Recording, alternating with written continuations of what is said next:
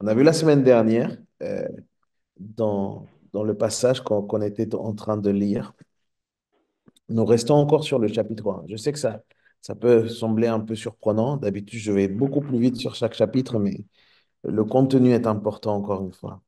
On avait vu juste avant que il était très important de vivre une connaissance, de la connaissance, la véritable connaissance. On la reconnaît parce qu'elle conduit à l'obéissance. Si on n'obéit pas Dieu, c'est qu'on ne connaît pas Dieu. C'était ça que l'apôtre Paul nous transmettait. Et aujourd'hui, on va voir ce qu'on appelle un hymne, l'un des plus beaux hymnes du Nouveau Testament. Comme on le disait, et pour expliquer pourquoi se trouve cet hymne, ce qui va être écrit là, pourquoi ça se trouve là. On est encore, comme je vous le disais, dans une lettre circonstancielle, donc qui répond à une circonstance, qui répond à un phénomène à l'intérieur de l'Église, une difficulté. Et du coup, on disait qu'il y avait une philosophie qui pèse sur les Colossiens et qui veut amoindrir l'efficacité de l'Évangile, l'efficacité de Jésus lui-même, de son œuvre à la croix. C'est pourquoi Paul va leur partager cet hymne. Pourquoi? Parce que cet hymne va parler sur ce qu'on appelle la suprématie de Christ. Ce terme-là va être important. Si vous ne savez pas trop ce que ça veut dire, à la fin de tout ce qu'on va dire, vous allez comprendre de quoi on parle quand on parle de suprématie. Il y a beaucoup de choses qui sont regroupées dedans. Mais Paul va encore donc révéler d'une manière exquise à mon goût, hein, Christ vraiment comme le Seigneur suprême, mais aussi comme le Sauveur suffisant. Du coup, je vous propose qu'on lise, pardon. On commence par lire tout le passage et ensuite on va y aller point par point. Donc, on est du verset 15 au verset 20, mais juste pour nous mettre dedans, on va lire à partir du verset 12. On va étudier à partir du verset 15 au 20, mais on va commencer la lecture juste à partir du verset 12. Chapitre 1, Colossiens 1, verset 15. On va commencer à partir du verset 12, comme je vous le disais, pardon. 12, on va aller jusqu'au verset 20. OK? Vous exprimez votre reconnaissance, mot important qui revient souvent avec l'apôtre Paul, au Père qui vous a rendu capable d'avoir part à l'héritage. C'est très important ce qu'il dit là. Qu'il réserve dans son royaume de lumière à ceux qui euh, lui appartiennent, lui appartiennent, pardon. Car il nous a arrachés au pouvoir des ténèbres et nous a fait passer dans le royaume de son Fils bien-aimé. Verset 14. Étant unis à lui, nous sommes délivrés. Cause, conséquence. Étant unis à lui, nous sommes délivrés, car nous avons reçu le pardon de nos péchés.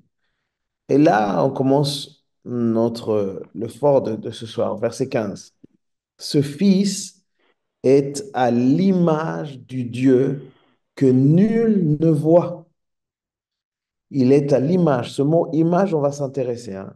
Regardez ce qu'il dit après. Il est le premier-né de toute création. Premier-né de toute création. Une nuance importante là aussi qu'on va devoir expliquer. Verset 16. Car c'est en lui qu'ont été créées toutes choses, dans les cieux comme sur la terre, les visibles, les invisibles, les trônes, les seigneuries, les autorités, les puissances. Or, par lui et pour lui, tout a été créé. C'est vraiment ce qu'on avait vu la semaine dernière. Verset 17, il est lui-même avant toute chose et il subsiste. Pardon, il est lui-même bien avant toute chose et tout subsiste en lui. Il est lui-même la tête de son corps qui est l'Église. Ce Fils est le commencement, le premier-né, dans- euh, le premier-né de tous ceux qui sont morts. Pareil, cette notion, on va devoir l'expliquer. Afin qu'en toute chose, il est le premier rang. Car en lui, c'est en lui que Dieu a désiré. Ça, c'est sans doute la chose la plus importante. Verset 19. Car c'est en lui que Dieu a désiré que toute plénitude ait sa demeure. Et c'est par lui qu'il a voulu réconcilier avec lui-même l'univers tout entier. Ça va loin. Ce qui est sur la terre, ce qui est au ciel, en instaurant la paix par le sang que son Fils a versé à la croix. Ce passage est l'un des plus beaux de l'apôtre Paul. Il va nous, comme on peut dire ça comme ça, il va nous en pondre quelques-uns. C'est pas le seul hymne, je vais en parler après. Mais si vous prenez juste ce texte, que vous ne le lisez pas de cette manière, parce que là on est en mode étude, mais que vous le lisez dans votre lecture personnelle, croyez-moi que si vous lisez ça vraiment avec une attitude de crainte vers Dieu, eh ben, vous allez vraiment être ébloui de quoi il parle. C'est un passage qui conduit à l'adoration. C'est un passage qui veut nous amener vers ça. C'était le but. Quand Paul écrit cela, c'était pour que les chrétiens du premier siècle, enfin du deuxième siècle plutôt, deuxième, troisième siècle, puissent, eux, le prendre quand ils allaient recevoir cette lettre, ils allaient le prendre et ils allaient en faire une lecture dans le culte. Et cette lecture, ils pouvaient même le faire sous forme de chant. En fait, c'est un hymne pour adorer Jésus. Parce que déjà dans le temps de l'Église primitive, il existait déjà des temps de louange et d'adoration. Et dans cette époque de persécution, il y a des rapports, il y a l'histoire qui raconte que les chrétiens, vu qu'ils étaient persécutés, et ben en fait, on les retrouvait quand on les retrouvait dans des lieux secrets, parfois dans des cavernes, parfois dans des sous-sols. Et ces chrétiens-là avaient tous une particularité commune, c'était qu'ils se réunissaient très tôt le matin et ils faisaient que ça, ils faisaient chanter et lire la Bible, et lire les écrits, lire la parole de Dieu. Et c'était à ça qu'on les reconnaissait. Dès qu'on les trouvait, on les trouvait en train de chanter, en train de prier, en train de lire la parole. Et ça faisait déjà donc quelque chose qui était dans leur dynamique, se lever tôt pour chanter. Du coup, je me dis, peut-être que le Seigneur nous dit quelque chose à nous ici, je ne sais pas. On est plus du soir, nous. En tout cas, ce qu'il faut comprendre, c'est que l'identité des chrétiens est basée sur ce qu'il est écrit dans cet hymne. Cet hymne parle sur la résurrection de Jésus. Et cet hymne est une poésie, mais aussi une instruction apostolique. Euh, et ce n'est pas que ici, comme je vous le disais, qu'il y a des hymnes. Il y a d'autres hymnes dans la parole de Dieu. Si vous allez dans 1 Timothée 3,16, 1 Timothée 3,16 nous présente un autre hymne. On peut prendre aussi à partir du verset 1 de Jean 1. Jean 1, verset 1, vous savez, au commencement était le Verbe, et le Verbe était Dieu, et le Verbe était avec Dieu. Enfin, tout ça là, ça aussi c'est un hymne. C'est les 15 premiers versets d'ailleurs. Tout ça c'est un hymne. Philippiens 2, euh, que je vous lisais l'autre jour quand on était dans notre réunion de serviteurs. Il s'est dépouillé de lui-même. Il a pris une forme de serviteur. Tout ça c'est un hymne aussi. Euh, et en gros, ici, la particularité de ce qui nous est partagé ici, c'est que Paul nous dit que nous avons été ajoutés d'abord au royaume de Dieu. Le Fils étant le Seigneur de tout, le Créateur de tout, le suprême sur la création. C'est un peu tout ça, hein. C'est vraiment cette suffisance de Jésus qui va être ici exprimée. Donc Jésus, vraiment le Seigneur de tout, le Créateur de tout, le suprême sur la création, suprême et Seigneur de l'Église aussi, suprême sur le salut. Pourquoi? Parce que tout a été créé par lui et pour lui. C'est dans ça qu'il y a une suprématie totale. Et il faut se rappeler que on est dans ce contexte-là dans lequel l'Église à Corinthe semblait succomber, en tout cas se laisser un peu séduire, commencer à se laisser séduire par toutes ces choses qui voulaient être ajoutées, qui faisaient croire que Jésus et son œuvre n'étaient pas suffisantes.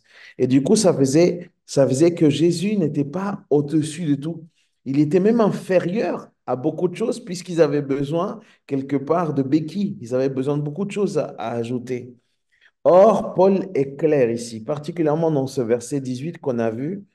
il dit que en toute chose, et qu'en toute chose, il est le premier rang. Donc, qu'est-ce qu'il est en train de dire? Il y a un danger qui rôde. Et ce qui rôdait chez les Colossiens, mais je pense que ça rôde encore même sur nous, qui était euh, celui d'enlever la place de Jésus. Et la place de Jésus, c'est vraiment la plus importante. Dans nos vies, dans l'Église, dans tout ce que nous faisons, la place de Jésus est toujours la plus importante. Et c'était le danger, en fait, des Colossiens, que Jésus ne soit pas à cette place la plus importante. Et parfois, ça se fait progressivement. Moi, je le vois. Je le vois. J'ai vécu un moment, les amis, dans lequel je me suis détourné de Dieu. Quand je me suis détourné de Dieu, j'ai vu justement défaire Jésus de cette place-là, en fait. C'est-à-dire que Jésus est passé du plus important à important. Et puis après, il est passé à pas si important que ça jusqu'au moment où j'ai voulu vraiment l'ignorer, en fait. Parce que c'est ça qui fait le péché en nous. Et en fait, il vient nous décentrer Jésus alors que Jésus doit être le centre de nos vies. Et vous remarquez que dans les plus grandes religions du monde, on peut reconnaître Jésus. Il y a des religions qu'aujourd'hui existent, et même des sectes parfois, dans lesquelles Jésus a une place significative. Jésus est connu, Jésus a une place importante. Euh, Christ peut être un grand prophète dans une certaine religion, il peut être un grand sage dans d'autres, mais il n'a pas la place la plus importante. C'est ça le truc. Il n'a pas la place suprême. Mais l'enseignement des apôtres se base sur le fait que Dieu est le Dieu suprême, que Jésus est suprême, que Jésus doit avoir toujours la place la plus importante. Et c'est en ayant ça en tête qu'on va du coup approcher ce verset 15 maintenant. Regardez, verset 15, il nous dit, il va parler de la gloire de Christ. Il dit, ce Fils est l'image du Dieu que nul ne voit. Et ce qu'il dit là, Paul, est beau, parce que c'est poétique, mais en même temps extrêmement profond. Le mot image, en grec, c'est le mot eikon. Eikon, ça s'écrit E-I-K-O-N. Et ce mot veut dire image, veut dire une figure, veut dire une représentation. C'est très important. Paul dit ici que Christ est la représentation parfaite et visible de ce qu'est Dieu. Pourquoi? Parce que Christ est Dieu, en fait. En Christ se révèle la grande gloire de Dieu. Et plusieurs passages sont parallèles à ce que Paul veut enseigner ici. Si vous allez avec moi dans Hébreux chapitre 1, verset 3, il dit quelque chose de très très fort. Hébreux chapitre 1, verset 3. L'auteur de l'épître aux Hébreux, il dit, ce Fils est le rayonnement de la gloire de Dieu et l'expression parfaite de son être. Il soutient toute chose par sa parole puissante. Mais il ne s'arrête pas là. Jean, dans Jean 1, verset 3, dans ce prologue que je vous parlais tout à l'heure, il dit, au commencement, du verset 1 au 3, au commencement était celui qui est la parole de Dieu. Il était avec Dieu. Il était lui-même Dieu. Au commencement, il était avec Dieu. Tout a été créé par lui. Rien n'a été créé sans lui. Et à part ça, il y a quelque chose de très très fort dans lequel on peut vraiment voir qu'il s'agit de Jésus. C'est Jean 1, verset 14. Regardez le verset 14. Il dit, c'est lui qui est la parole est devenu homme et il a vécu parmi nous. Il a vécu parmi nous, pardon. Nous avons contemplé sa gloire, la gloire du Fils unique envoyé par son Père, plénitude de grâce et de vérité. Du coup, c'est très important parce que l'apôtre Paul il est en train de dire aux Colossiens, en Christ se révèle la grande gloire de Dieu. Vraiment. Il est l'image du Dieu invisible. Sa gloire se révèle même dans l'histoire. Pourquoi? Parce que toute l'histoire de Jésus parle de la gloire de Dieu. Tout ce qu'il a dit, tout ce qu'il a enseigné, mais aussi tous les miracles qu'il a accomplis, toutes les prophéties qui étaient dites qu'il a accomplies, tout ça parle de la gloire de Dieu. Il est celui qui donne la vie aux morts, comme seul Dieu pouvait le faire. La gloire, donc, se révèle même dans l'histoire de Jésus. Et le verset 15 continue, il dit, c'est le premier-né de toute la création. Et cette expression doit être expliquée. Pourquoi? Parce qu'il y a des personnes qui ne croient pas que Dieu soit entièrement, que Jésus, pardon, soit entièrement Dieu. Il y a des personnes qui pensent que Jésus était un reflet, comme un espèce de fantôme, et comme un humain, tout simplement. Sauf que ce texte ne dit pas ça. C'est une mauvaise interprétation. Cette expression ne veut pas dire que Jésus a été créé. OK? Jésus, premier-né de toute la création, ça ne veut pas dire que Jésus fut créé. Et parce que si ça voudrait dire ça, eh ben, tout ce qu'il dit auparavant, l'apôtre Paul n'aurait aucun sens, puisqu'auparavant même, il nous parle de l'éternité de Dieu, de l'éternité de Jésus. Et donc, quelque part, Jésus ne serait pas Dieu à ce moment-là. Mais en fait, cette expression est utilisée ici, et pour les gens qui écoutaient ça pour la première fois, pour les gens qui étaient à cette époque-là, cette expression de premier-né se réfère au rôle de chef. En fait, on disait premier-né pour les personnes qui étaient les responsables de quelque chose. C'était ceux qui étaient d'abord et avant tout. Du coup, il est le chef de la création. C'est ça qu'il est en train de dire. Quand il dit Jésus est le premier-né, il est en train de dire il est le chef de la création. Et dans le contexte ici, en plus, dans la connaissance que nous savons même qu'il est l'héritier de la création, puisque tout a été fait par lui et pour lui. Hébreu 1, verset 2 nous permet de comprendre ça. Hébreu 1, verset 2, il nous dit, et maintenant, dans ces jours qui sont les derniers, c'est par son Fils qu'il nous a parlé. Il a fait de lui l'héritier de toutes choses, et c'est aussi par lui qu'il a créé l'univers. Et il y a ici une dimension très importante qui va rentrer, c'est le fait que Dieu est toujours créateur et rédempteur. Il y a deux liens là, enfin, il y a quelque chose de très particulier à comprendre là-dessus. Au travers de tout cela, eh ben, Paul démontre que contrairement à la philosophie qui était en train de donner aux Colossiens, Christ est l'héritier de toutes choses.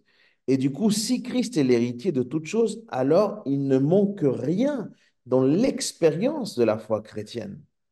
Rappelez-vous que c'est ça qu'on disait aux chrétiens de Colosse.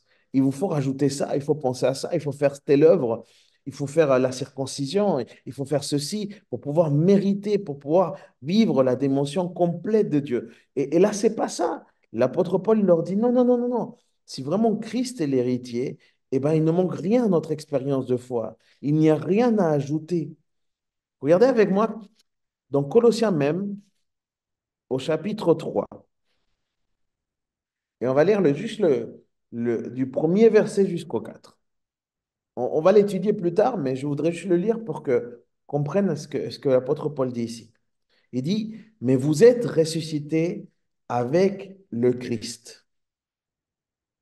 Recherchez donc les réalités d'en haut, là où se trouve le Christ, qui siège à la droite de Dieu. De toute votre pensée, tendez vers les réalités d'en haut et non vers celles qui appartiennent à la terre. Regardez ce qu'il dit, car vous êtes morts et votre vie est cachée avec le Christ en Dieu. Le jour où le Christ apparaîtra, lui qui est votre vie, alors vous paraîtrez vous aussi avec lui en partageant sa gloire. La gloire de Dieu n'est pas amoindrie non plus, et ça c'est très important parce que c'était quelque chose, un doute qu'on voulait mettre aux Colossiens, et on voulait le dire, mais ça peut pas, Jésus ne peut pas être complètement Dieu parce qu'il a été humilié à la croix. Mais la gloire de Dieu n'est pas moindre à cause de la croix, comme certains pourraient le penser. Et nous verrons en particulier quand on reviendra sur ce texte-là à la fin, mais nous le verrons particulièrement surtout quand Jésus viendra nous chercher, parce que là, la manifestation complète de la gloire va être pour nous. Allons maintenant au verset 16, si vous le voulez bien. Le verset 16 et 17 nous démontrent à quel point le salut dépend de Christ. Versets 16 et 17 nous dit, car c'est en lui qu'ont été créées toutes choses, dans les cieux, sur la terre, les visibles, les invisibles, les trônes, les seigneuries, les autorités, les puissances. Oui, par lui et pour lui, tout a été créé. Il est lui-même bien avant toutes choses et tout subsiste en lui. Pourquoi c'est important de pouvoir nous arrêter? C'est parce qu'en fait, une partie du faux enseignement était celui de croire que le salut dépendait de certains êtres angéliques. C'était ce qui était répandu comme idée dans cette philosophie. Il fallait certains êtres, pardon, angéliques. Une autre partie disait même, une autre aberration, hein, il disait que les êtres angéliques, en fait, étaient des démons qui ont empêché que les gens reçoivent le salut. Et c'est pour ça que Paul prend cette expression et leur répond de cette manière, parce qu'il est en train de leur démontrer que rien n'interfère à l'œuvre de Christ. Quand Christ a un projet avec quelqu'un, rien n'interfère à ça. Et même si Satan voudrait s'opposer, euh, cela pourrait éventuellement se faire, mais dans le cadre que Dieu lui-même lui imposerait. On l'avait vu dans la souveraineté de Dieu. On en avait parlé. Du coup, en fait, rien ne peut empêcher. Donc, toutes ces choses qu'il y a des êtres angéliques, etc., qu'il faut absolument, du coup, se battre contre ça, etc. Tout ça, là, Jésus a déjà vaincu. C'est pour ça qu'il dit qu'en fait, il a créé toutes choses et qu'il est au-dessus, en fait. Et c'est lui qui règne sur les trônes, sur les seigneuries, sur les autorités. Il règne. Voyez-vous, mes amis, face aux faux enseignements, la seule chose on va toujours avoir besoin. Dès que vous et moi, on va se dévier parce que c'est pas ce qu'on souhaite. Mais parfois, il y a des courants, il y a des choses qui voudraient nous influencer. La seule chose que nous devons faire, c'est mettre Jésus à la bonne place. Comment nous battre contre les faux enseignements? Mettons Jésus à la bonne place. Qu'il soit le plus important. Toute chose qui voudrait nous dire le contraire est faux.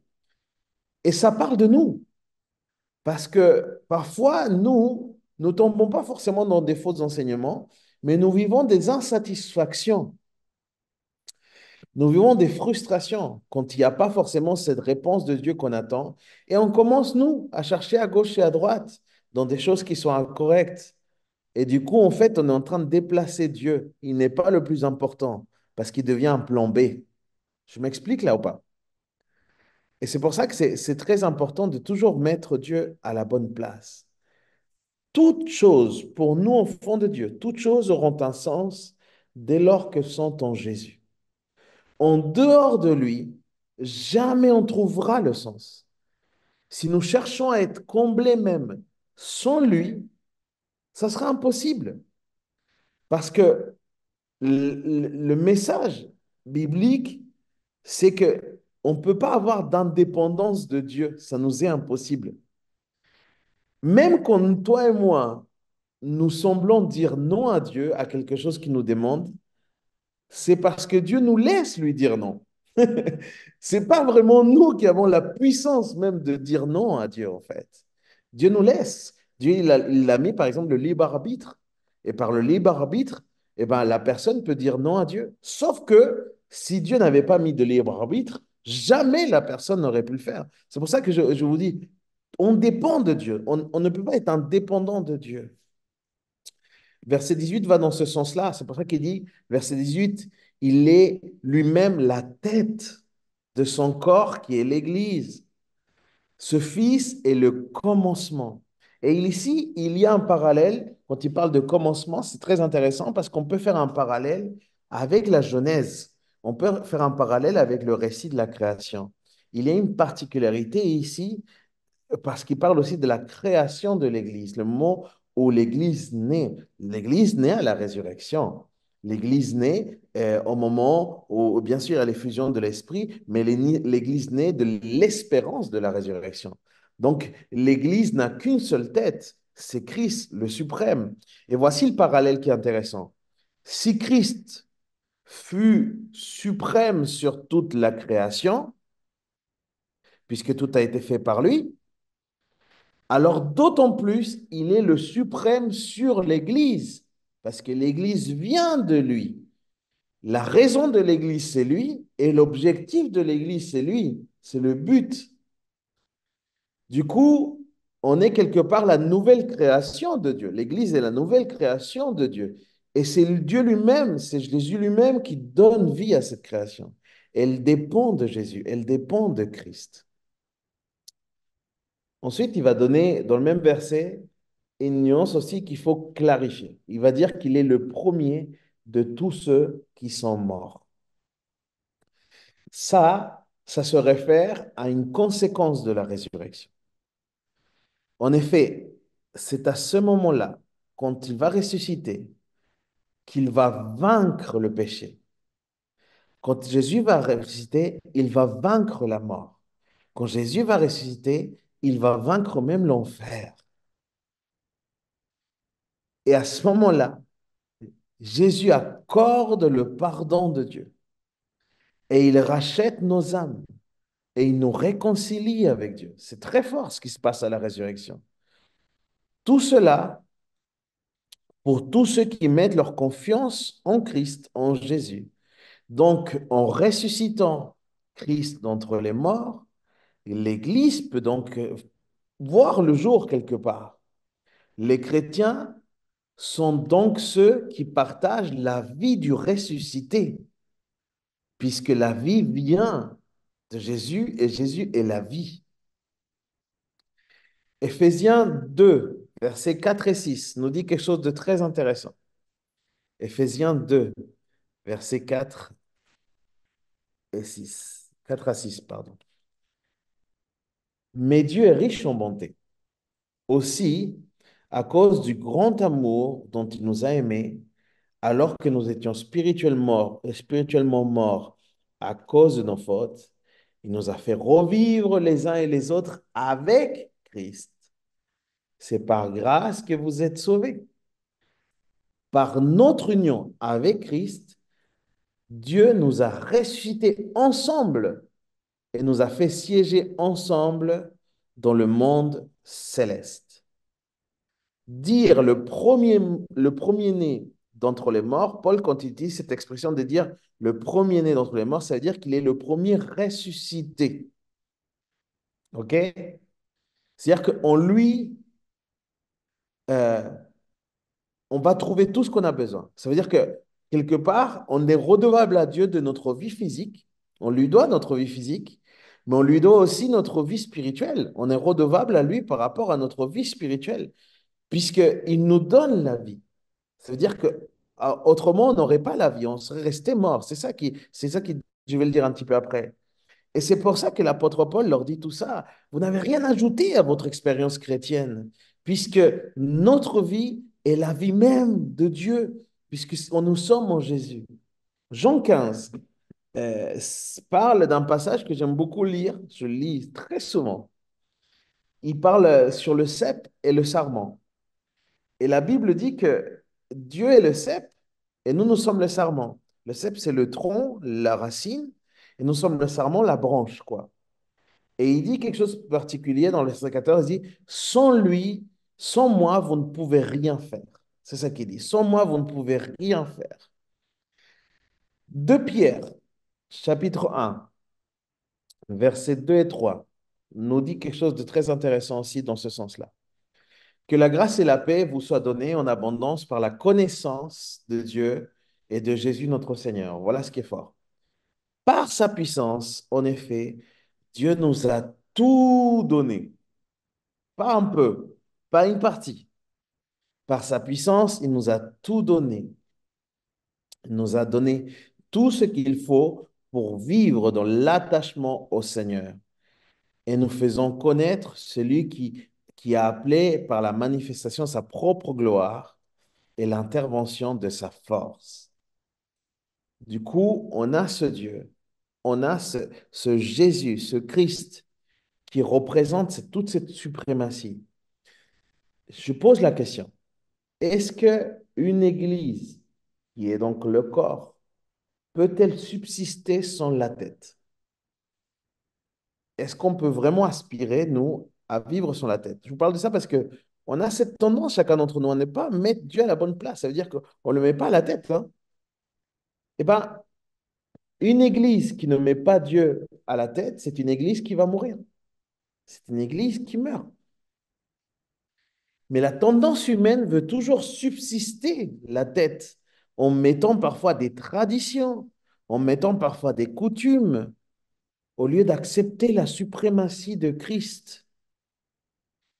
Si l'Église ne se nourrit pas de la tête, alors elle se perd. Et nous, chrétiens, on est pareil. Parfois, on connaît des versets, on vit même des valeurs, mais parfois les chrétiens sont morts à l'intérieur parce qu'ils ne se nourrissent pas de la tête. C'est-à-dire que Christ n'est pas suprême dans leur vie. Ça veut dire qu'ils ne se laissent pas guider par Jésus. Ils ne se laissent pas conduire par notre Seigneur. Ils n'acceptent pas Jésus comme Seigneur de leur vie. C'est ça le problème. Et je ne dis pas que toutes les traditions sont mauvaises, hein. Il y a des traditions d'église qui peuvent être bien. Mais je crois profondément que la tradition, quelque part, va toujours vouloir prendre quelque part la place de Jésus. Ou en tout cas un crédit que seulement Jésus peut avoir. C'est ça le truc. Et du coup, on commence à croire que si on ne fait pas ci, si on ne fait pas ça, eh ben, on n'a pas soit la faveur de Dieu ou le pardon, etc. Il y a quelqu'un qui a dit un jour, je trouvais ça intéressant, il dit, la tradition est la foi vivante des morts. C'est violent, hein? Après, il va dire, le traditionnalisme est la foi morte des vivants. C'est terrible. Mes amis, qu'est-ce que ça veut dire? Quand une coutume, quand une habitude, voire même une doctrine prend la place du seul qui doit être suprême, ça veut dire Jésus lui-même, eh ben, ça nous éloigne de sa vie. Et du coup, personne ne doit prendre la place de sa tête. Jésus est suprême. C'est ça que ça veut dire. Il est la tête.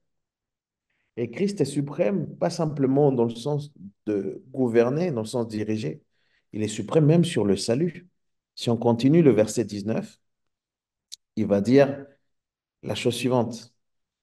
Car c'est en lui que Dieu a désiré que toute plénitude ait sa demeure. Je relis parce que c'est très beau et c'est vraiment encore dans le cœur de notre étude. Car c'est en lui que Dieu a désiré que toute plénitude ait sa demeure. Je ne sais pas si vous vous souvenez, mais dans l'Exode, Dieu avait demandé un tabernacle, qui était une tente qui devait être placée au milieu du peuple. C'était un peuple nomade. Donc, comme il bougeait, eh ben, du temps de l'Exode, Dieu a demandé qu'il fasse un tabernacle. Dans ce tabernacle, il y avait plusieurs zones. Il y avait les parvis, il y avait le saint et le lieu très saint. Dans le lieu très saint venait la gloire de Dieu. Ce tabernacle devait toujours être placé au centre du peuple. Pourquoi? Parce qu'en fait, la gloire de Dieu devait être là, au centre du peuple. C'était ce qui était important. Ensuite, il y a eu l'ère des temples. Quand il y a eu David, il a construit un temple. Salomon, lui, il a été dans cette époque aussi des temples. Ensuite, il y a eu les synagogues, etc.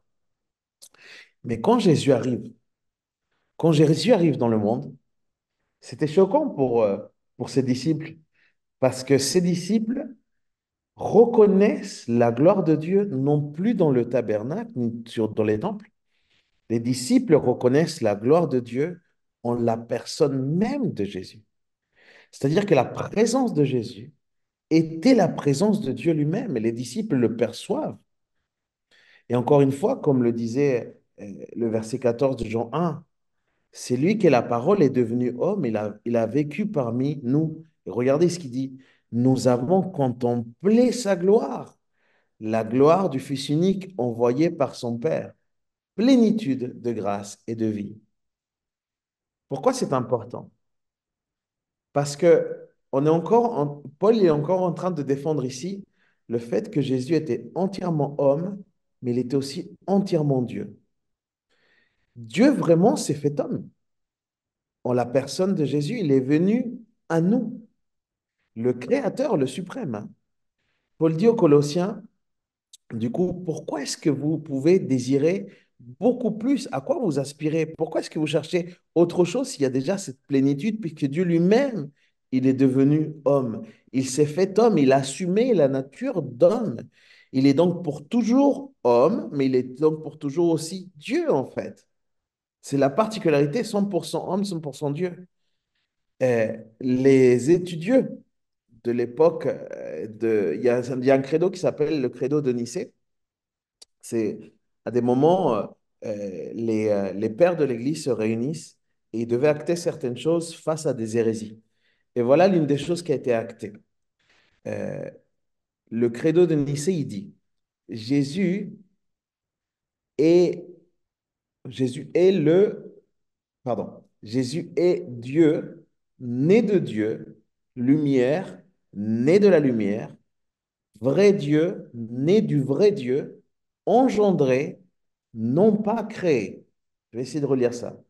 Jésus est Dieu, il est né de Dieu, lumière née de la lumière, vrai Dieu, né du vrai Dieu, engendré, non pas créé. Il y a un deuxième credo après. Il y a encore quelque chose qui s'est... Ils sont réunis, cette fois-ci à Chalcédonie. Et ils ont écrit ceci. Un seul et même Christ, Fils, Seigneur, sans division, sans séparation. La différence entre ces deux natures n'est pas abolie par leur union. En sa personne unique sont bien préservées la divinité et l'humanité de Jésus. Dans les différentes ères de l'histoire de l'Église, il y a eu des moments où les gens ont voulu démontrer que Jésus n'était pas Dieu ou que Jésus n'était pas forcément humain. Et c'est pour ça qu'il y a eu des actes qui ont été posés.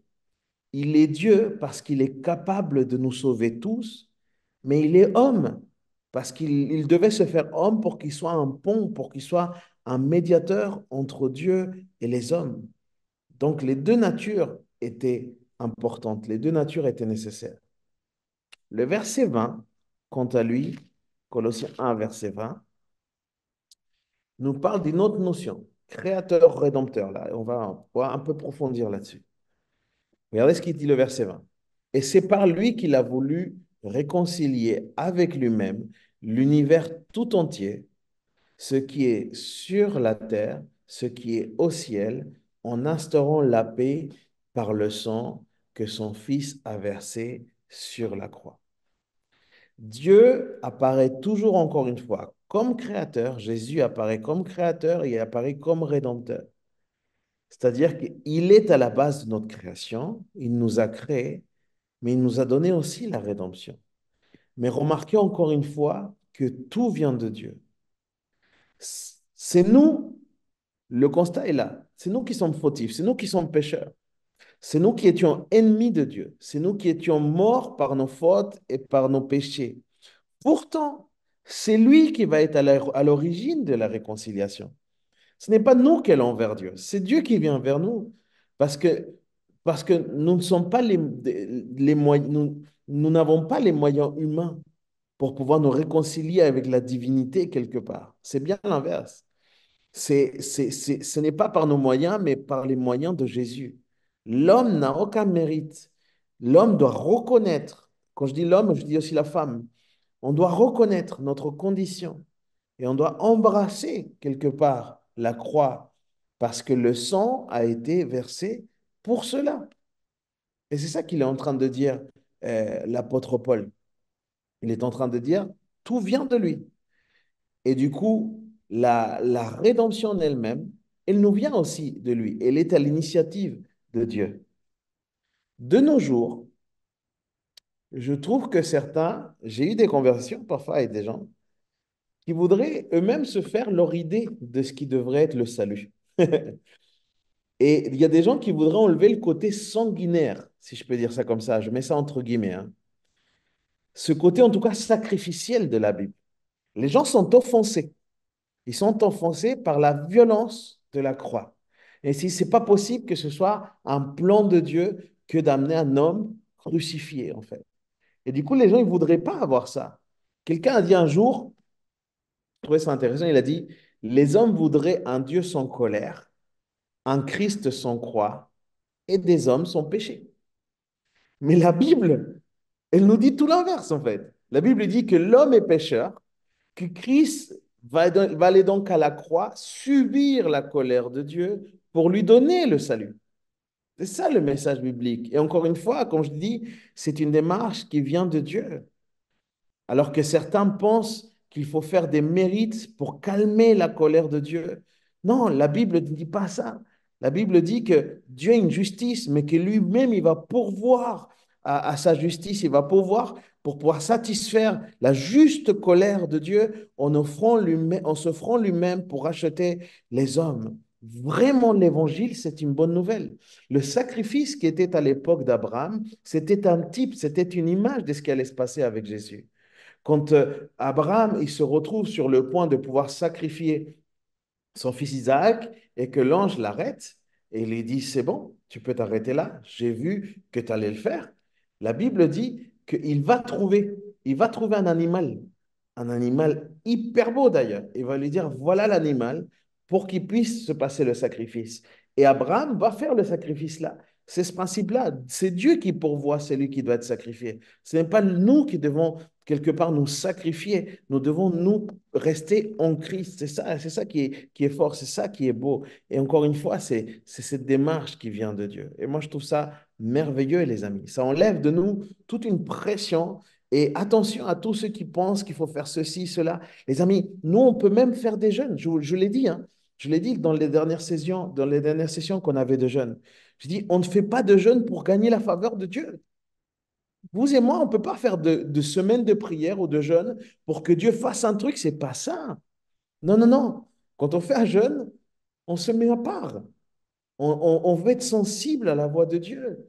On veut quelque part éliminer toutes ces parasites, etc. et nous concentrer sur un temps de consécration à Dieu, en fait. Mais en aucun cas, on peut gagner quelque chose de la part de Dieu. On ne peut pas le gagner parce que Jésus il a déjà tout gagné pour nous. Nous avons tout en Christ. C'est ça qui est fort. Et la portée du salut en plus. Moi, le verset 20 m'a un petit peu retourné le cerveau, je vous l'avoue. Le verset 20 nous parle de l'effet universel de la réconciliation, de l'effet universel du salut. Regardez ce verset 20, il nous dit, c'est par lui qu'il a voulu réconcilier avec lui-même l'univers tout entier. C'est fort. Il aurait pu dire simplement les hommes et les femmes, bien évidemment. Mais il dit l'univers tout entier. Ce qui est sur la terre et ce qui est au ciel. C'est-à-dire tout ce qui nous dépasse, tout ce qu'on n'a même pas connaissance. Certains, malheureusement, ont pris ce texte pour défendre aussi une théologie un peu particulière. Et certains, ils disent, en vue de ce texte, sûrement, parce que Jésus est mort, il va sauver tout le monde. Puisqu'en fait, il dit, il va réconcilier avec lui-même tout l'univers. Mais ce n'est pas ça qu'il est en train de dire. L'apôtre Paul dit que Christ est la source de salut. Mais il dit aussi que à cause de la chute, ça nous renvoie au péché originel, le péché d'Adam. Et bien, toute la création s'est vue altérée. Tout ce que Dieu avait construit, ce beau jardin d'Éden, tout a été gâché, ça a été abîmé. Il y a une forme de malédiction qui s'est portée sur la terre aussi. Et c'est ça qui nous vient du péché d'Adam. Donc la rédemption, le fait qu'on a été racheté, l'œuvre de Jésus à la croix, n'est pas donc simplement pour nous, êtres humains, elle est vraiment pour la création tout entière, pour tout ce qui a pu se dérégler à partir du moment où l'homme a péché. Il y a énormément de choses qui se sont déréglées dans le cosmos finalement. Et il dit, Jésus, la rédemption de Jésus vient intervenir dans l'univers tout entier. Et le jour viendra où Jésus va restaurer l'entièreté de la création. De la même manière qu'aujourd'hui, Dieu restaure nos vies et de tout ce qui nous appelons l'Église finalement, et ben Dieu un jour va aussi restaurer, Jésus un jour va restaurer l'entièreté de la création. Donc il y a une portée universelle même dans ce que a fait Jésus. Au travers de cet hymne, Paul met une énorme claque encore à tous ceux qui veulent diminuer l'œuvre de Jésus et la personne même de Jésus. Je vais conclure avec ces trois choses, puisqu'on arrive dans le temps là. Trois choses pour conclure. Première chose, la véritable expérience chrétienne, le véritable christianisme, pardon, se fonde sur le fait que Christ est Seigneur, sur le fait que Christ est suprême. Tout, le mot tout, c'est ce qui correspond le mieux à Jésus. Il est tout. Nous appartenons à Dieu. Nous appartenons à Dieu pour deux raisons. Parce qu'il nous a créés et parce qu'il nous a sauvés. C'est pourquoi on vit du coup sous la seigneurie de Dieu, sous la suprématie de Dieu. Le vrai disciple vit sous la suprématie de Dieu. C'est à ça qu'on le reconnaît aussi. Ça, c'est la première chose en conclusion. Deuxième chose, si Christ pourvoit et soutient nos vies, alors on ne devrait pas, et entièrement nos vies, hein, Dieu ne nous soutient pas simplement les moments où on va mal. Dieu nous soutient et pourvoit l'entièreté de nos vies. Ça veut dire aussi qu'on ne devrait pas vivre dans une dualité. C'était un mal qui était là, et on va le voir dans les chapitres d'après, mais il y avait une dualité, c'est-à-dire que toutes les sphères de nos vies doivent être sous la suprématie aussi de Jésus. Il y en a qui vivent des moments chrétiens. Il y en a qui vivent des moments spirituels. Et c'est ça qui change, en fait. En fait, ma vie doit glorifier Dieu. Ça veut dire que mon attitude au travail doit glorifier Dieu. Ma manière de traiter mes semblables doit glorifier Dieu. Et du coup, je dois vivre dans une reconnaissance. Et c'est alors que je suis en train de vivre sous la suprématie de Jésus. C'est un peu en cohérence avec mon troisième point de conclusion.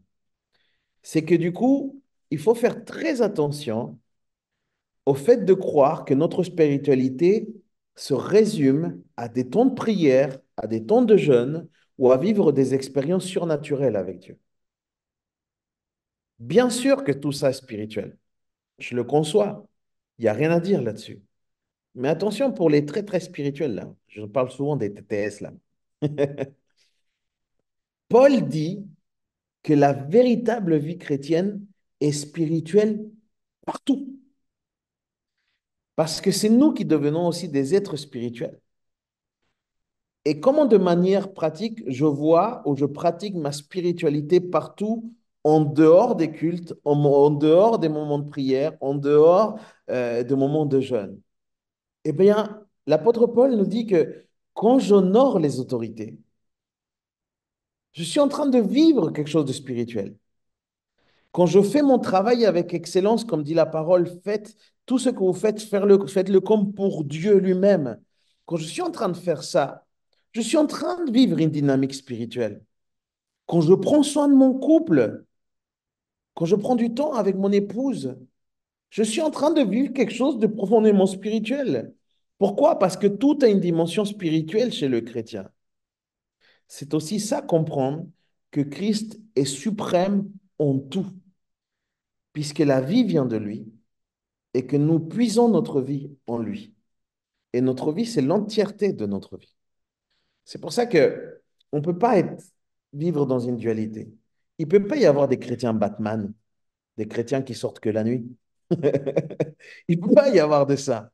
Il ne peut pas y avoir une apparence. Quelqu'un qui se dit chrétien et que peut-être à l'église est extrêmement aimable avec tout le monde et que dehors, il est hyper grossier avec les gens. Il y a une incohérence. La Bible dit que si nous sommes sous la suprématie de Dieu, eh ben, c'est l'entièreté de notre vie qui doit être sous la suprématie de Dieu.